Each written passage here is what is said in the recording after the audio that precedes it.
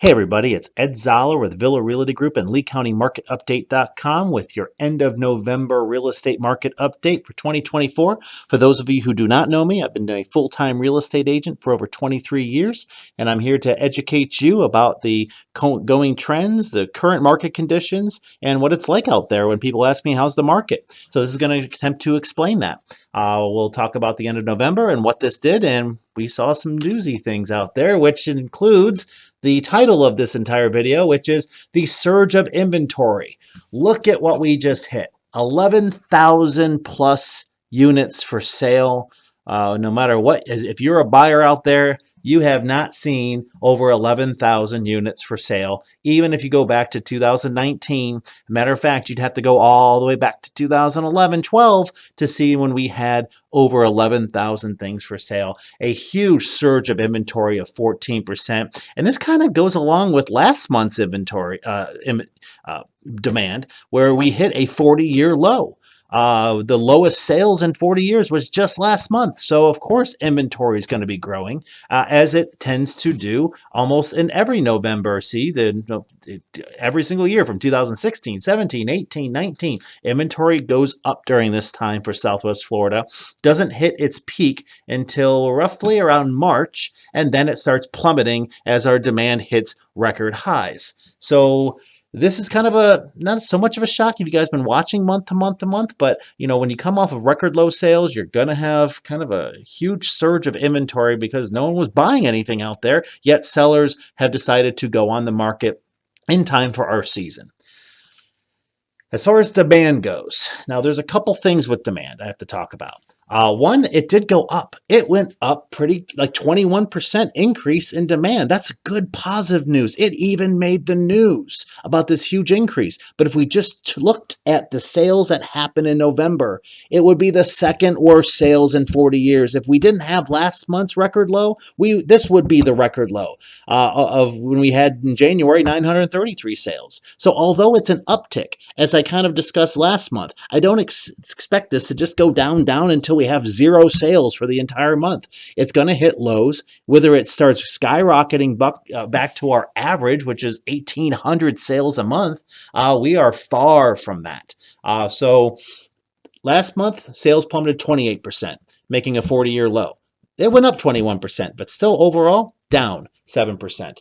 So this concerns me because the news going out there, which I highlight right here, Bloomberg came out this very month of November and said, hey, the U.S. saw pending home sales increase at the highest level since March.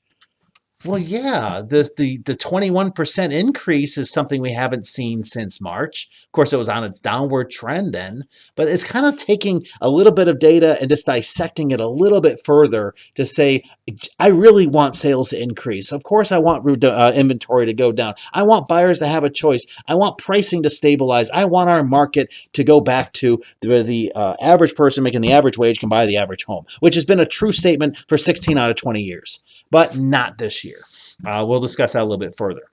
But just something that you want to consider when you read something about, oh man, I heard that the market's cruising. And I literally had someone 2 days ago tell me that because they saw some news that was picked up by the AP, or they actually read the Bloomberg thing, or something that came out on Redfin. Of course, Redfin wants you to be positive about the real estate market. I do too, but it doesn't shy from the fact that the data is the data, and just because we saw an uptick of sales does not mean we are anything close to being stable or anything that looks going close to being stabilized. So there was a consumer sentiment survey that's put out by the University of Michigan. And what I want to highlight here, and it's a little confusing because I say the red graph is the bad time to buy. That's the red highlighted by blue, and the green is a good time to buy, which is above here. And look, since 1981, when the sentiment was more bad than good, almost 80% of people thought it was a horrible time to buy a home, which it was because interest rates were 18%. That kind of swung, and it got close to where the good was just over the bad in 89. It happened again in 05, 06 because we had a real estate bubble and crash, and our prices had escalated well beyond what the average person can afford. And then it separated again. It's almost like the further apart these graphs are, the better it is for that person. Right now, if you look at the green graph being a good time to buy, the further this is from this one, it's a better time to buy a home. But look what happened. They crisscrossed after COVID, and now 82% of consumers say it's a bad time to buy a home. Now, there was part of this article, Bloomberg came out, said that these are starting to narrow. They're starting to pinch in, and that's a positive thing, but they have a lot of pinching to do. They have to get very close to each other. As a matter of fact, if you want to know when it's a good time to buy a home, they need to crisscross and go the opposite direction. So this is going to take some time. But I just thought it was funny when they mentioned this graph, and actually I took the data, went on the University of Michigan's website, pulled up all the consumer confidence, and graphed this thing out to show you that, 82% is one of the worst. Let me switch my pointer here. I didn't do that with the laser pointer. This above 80% has only happened, in 2013 and 2009, 10, when we were Foreclosureville, back in 2002. I'm sorry. No, I have to go back to the bad. I actually got myself confused there. It was never, even in 1980. This is the worst consumer confidence we've had going back 50 years. It was a great time to buy a home, not a bad time to buy a home. This graph hasn't been crisscrossed since all the way back then.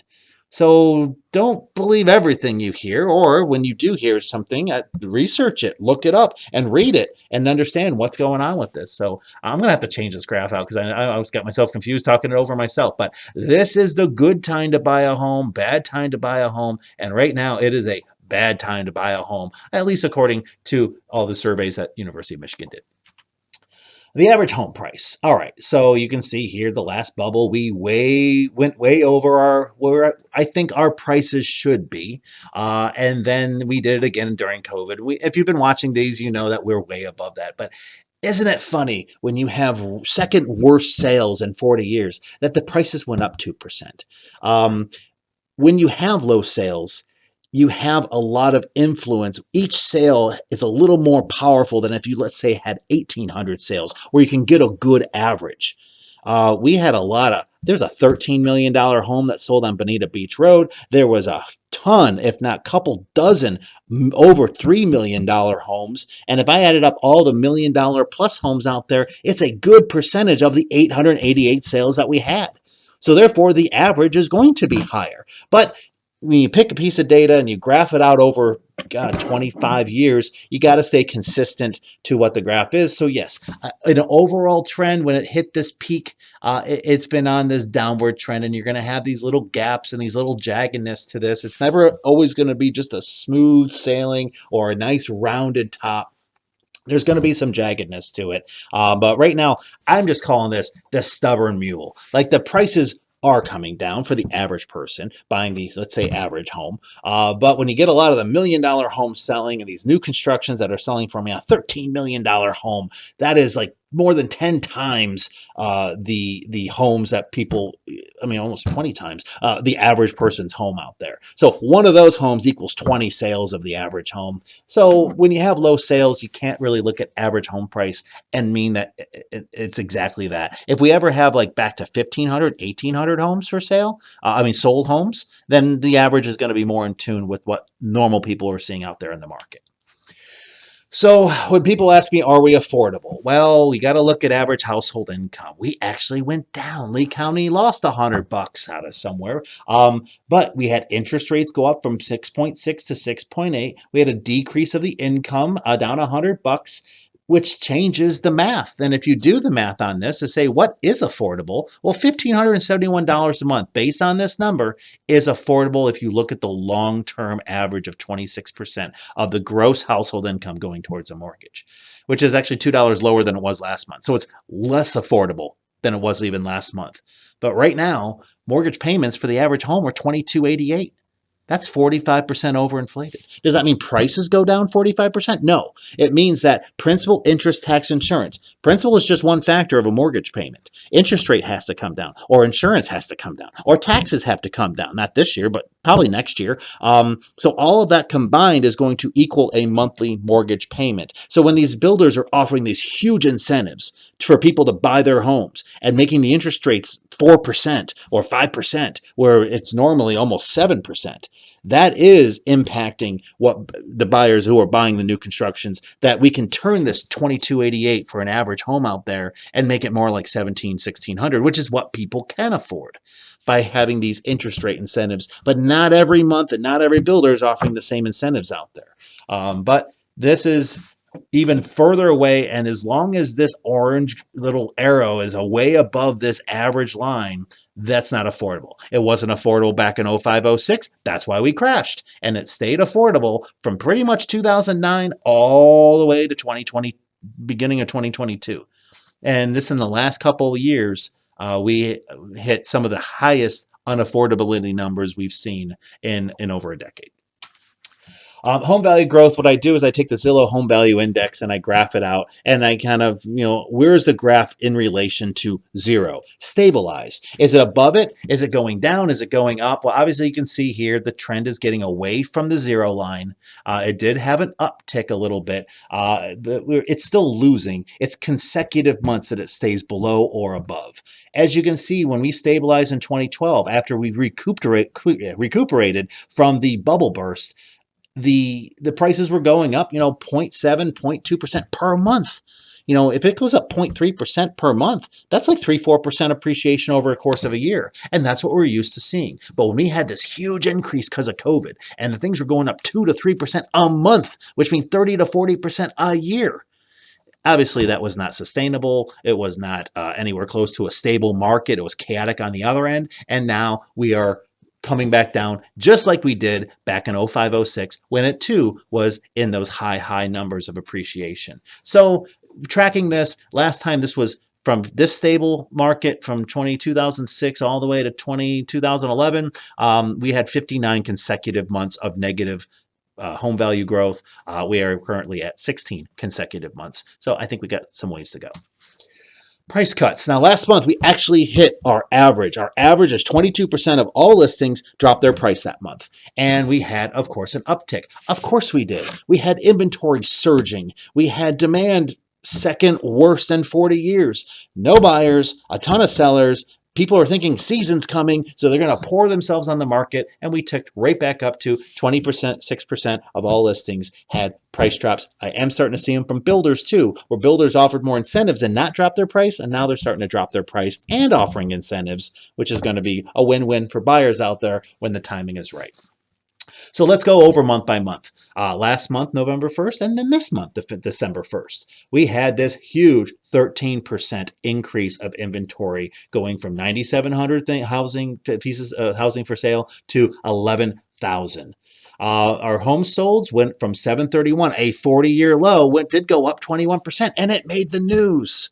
But now you guys understand that it's not the whole story, that something can go up 21%. That is fantastic. If maybe the previous month it did nothing or went up 2 or 3%. But 21% after you lose 28% is kind of just starting. It's a good positive step in the right direction, but it's nowhere close to where we need to be. The pending sales went down 7%. Now you have to look at pending sales of this was last month's pendings equated to 888 sales. So 1,247 pending sales will equate to how many sales? It'll probably go down. We probably won't have 888. We'll have to see, but I don't believe we're going to be as low as we were last month. But I do think based on all of this and the pendings as low as they are, that we're going to see maybe 900, maybe into 950 sales next month. New constructions. Now, this number has just been ticking up every single month. New constructions for sale. The percentage of total housing. 2,280 new constructions. That's a 10% increase. There are 200 more homes being for sale right now by builders or by new construction than we had last month. That's 200 more homes. Even after all these incentives, we are gaining more inventory. And people ask why. Why are builders still building? Well, they didn't decide now to build. They decided last year to build. They bought the dirt. They went through the permitting. It takes 7 to 9 months to build a home. So by the time you see the home, they already made that decision a year ago. And that's when we had low inventory and high demand, and now we have the exact opposite, super fast how we reversed from that to this. But this is why you're going to continue to see the new constructions for sale. And I want to see this number start coming down, because if it's not, the builders are going to get more incentivized, give out more incentives, and it's going to make people who have a home already, existing home owners, it's going to be harder for them to compete with a brand new home when builders are offering up interest rate incentives, closing cost incentives, and price reductions. Time on market's about the same, did go down 8%. Our asking price only went up to two grand higher, but our median selling price did go up as well, 2%. And again, you got to remember, $13 million home sales is equated to like a 20 homes worth of sales when you're looking at an average. I want to see sales over 1,000 where I'm really going to start paying attention to what the average asking price going up or down means. And as far as asking prices sold, obviously we're not in the 100%. People's asking price, buyers are not giving 100% of that. On the average, 97%, about 3% discount off of the current pricing. It used to be lower, but remember I told you, sellers are starting to get that memo that there's a lot of inventory, that they need to be competitive with their pricing. And this is why we're seeing a higher asking price to sold price, where buyers are seeing the value. The sellers are coming on the market at a pretty low price, and a lower price than what they're used to seeing, and buyers are jumping all over that. But not that a whole lot of them did, because we had record low sales. We are right now, if we shut the faucet off, no more people can list. It's a emporium on listing. No more listings. Wrong word. And we took the current buyers right now who are buying homes, we would have over a year worth of inventory. And that's if no one else comes on from this point forward. Obviously, they will. So this is what I call a buyer's market, but not a moderate or an extreme or a super crazy, but a wicked crazy once in a lifetime buyer's market. We are getting really close to having 14 months of inventory. And I don't think I've ever seen that, except when we had nothing but foreclosures back in 06.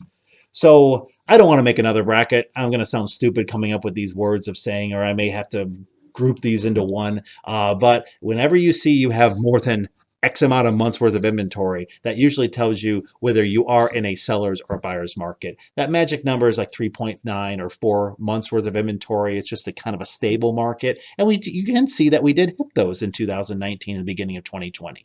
But then buyer's market happened because COVID happened. And a lot of people left the market. But then as soon as that happened and inventory dropped, the prices soared and it became an extreme seller's market. Sellers were making 100+ grand a year on some of these homes just in a 1-year span of time because of how crazy it got. It just needs to correct itself now. So let's just do an overview. November's the start of our winter. We're in a crazy, wicked, extreme buyer's market for the second straight month. Our inventory soared 14% in the month of November. That's a lot, over 11,000 homes for sale. We normally see an increase of 2%. So we are used to seeing our inventory increase in November, but not 14%, not 7 times the average.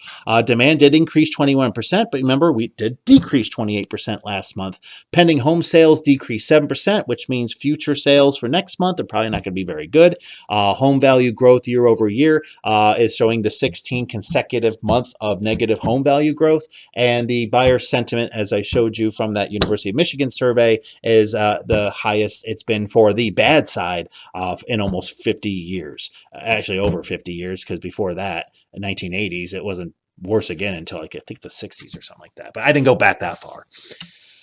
The data that I get, all my sources, from Mortgage Brokers Association to the Bureau of Labor Statistics to the University of Michigan.edu website, that you guys can pull up all this data for yourself if you want. And of course, if you have any questions, concerns, or want me to analyze your particular market, if you're not in Southwest Florida, or even have questions about your current housing, feel free to reach out. This is my email and my cell phone, direct line to me. Also, I'm going to put a video at the end of this showing last month's market update for those of you who may have missed it or just seeing this for the first time. And we discuss what's going on that month, the current trends, and talking about where'd all the buyers go, I think was last month's title. Because, yeah, we had record low sales. So where'd they all go? It attempts to explain all these things as I did in this one. Hope to hear from you guys soon. Talk to you later.